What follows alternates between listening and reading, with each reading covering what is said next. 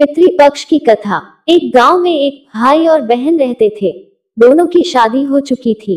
दोनों के दो बेटे थे।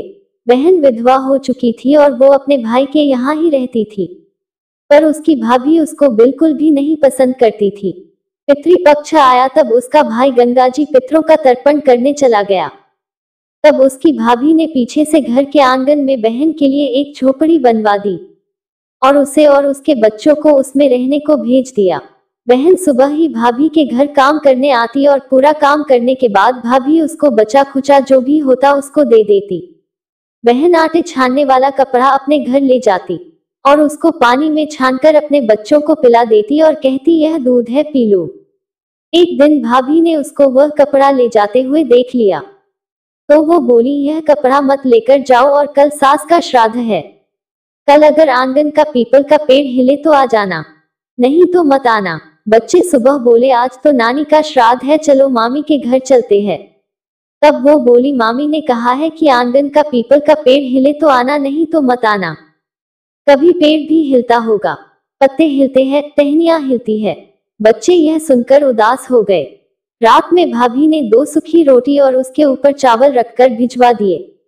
यह देखकर बहन को बहुत क्रोध आया और उसने गुस्से से वह रोटी और चावल झोपड़ी के ऊपर फेंक दिए और बेटों के साथ भूखी ही सो गई। दूसरे दिन भाभी के यहाँ जब काम करने गई तब उसने बोला कल ससुर जी का श्राद्ध है, अगर पीपल का पेड़ हिले तो आना। दूसरे दिन भी ऐसा ही हुआ। रात में बच्चों के हाथों उसने 2 रोटी और चावल भिजवा दिए।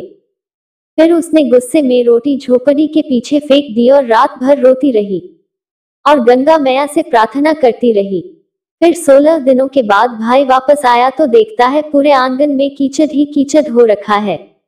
उसने अपनी पत्नी से पूछा तो उसने कहा मैंने बाईजी और दोनों बेटों के पैर पूरे 16 दिन तक दूध से धोए हैं, इसीलिए यह कीचड़ हो गया है।